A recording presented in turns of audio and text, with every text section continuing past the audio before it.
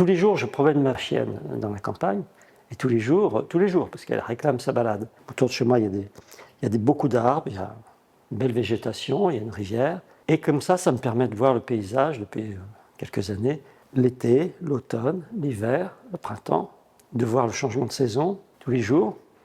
Et j'aime ça. Alors pourquoi des forêts? C'est une vraie question. Peut-être parce que dans la forêt, il y a une grille aussi. Les grilles qui tiennent la peinture.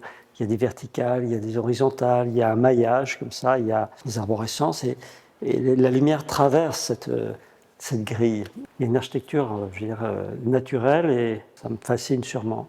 J'ai l'impression d'être vraiment vivant quand je me promène. Donc je ramène ça dans mon cerveau et je ramène ça dans l'atelier et je construis ces paysages parce que je les vis aussi. Si je n'ai pas vu, si je n'ai pas ressenti, je ne peux pas. Ici, c'est un tramage, presque un tissage comme ça. Je construis une densité comme ça, c'est un all-over, c'est même plus un paysage à un moment donné. Donc il y a vraiment on va dire une aventure picturale comme ça qui naît. Je sais où elle commence, je ne sais jamais où elle finit. Et les tableaux qui sont ici, dans cette salle au moins, c'est souvent des tableaux qui m'ont pris 3 semaines, 1 mois, voire 5-6 mois de travail comme ça, parfois de repentir. Donc je gratte, je reviens, ainsi de suite, jusqu'à ce qu'il y ait à un moment donné un écrasement des matières, un retricotage.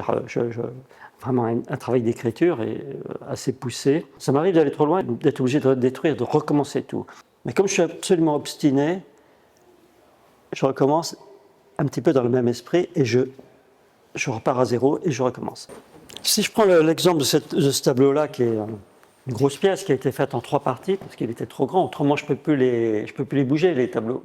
Ça part de vacances au sport d'hiver. Et évidemment, quand je skie, je m'arrête un petit peu quand je suis sur le télésiège et je vois ces merveilleux sapins, ces forêts comme ça, enneigées, et dans ce silence blanc, dans cette montagne magnifique, je dis « Waouh, qu'est-ce que c'est beau !»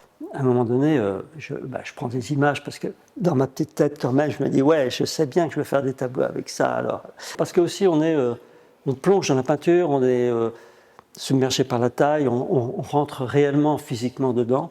Et le travail lui-même, quand on aborde des grandes surfaces comme ça, n'est pas le même. C'est vraiment un geste plus ample qui est de l'ordre, je ne dirais pas de la danse, mais pas loin, et d'un mouvement qui est différent de celui qu'on aurait sur un tableau plus petit. Les forêts, j'avais besoin pour cette série-là d'un geste assez sec, assez qui structure le motif forêt. Sur la mer, j'avais essayé une fois de travailler un petit peu plus en dripping comme ça pour donner le mouvement des vagues. Je me suis aperçu avec le temps que ça ne marchait pas tout à fait parce que la mer était un peu trop sèche. Par exemple ici, une mer c'est quand même quelque chose de liquide, de fluide. L'élément eau ne peut pas être écrit comme l'élément forêt, comme l'élément terre ou caillou. Et il me faut 4-5 ans pour comprendre et pour me lancer dans un nouveau thème comme ça. Parce que si je me lance trop tôt, ça ne marche pas, il y a quelque chose qui ne fonctionne pas. À un moment donné, je pense que c'est le petit cerveau qui fait ça. Je crois que je résous ces questions-là inconsciemment. Et il faut être mentalement prêt à aborder le sujet. Alors, c'est des mers avec beaucoup d'écume, beaucoup de vagues, je veux dire mers un petit peu de nuit, des mers un petit peu romantiques. Je voulais que ce soit plus grave, plus angoissant aussi. Parce que la mer la nuit, c'est angoissant. Donc je pense que c'était ça, finalement, qui m'intéressait.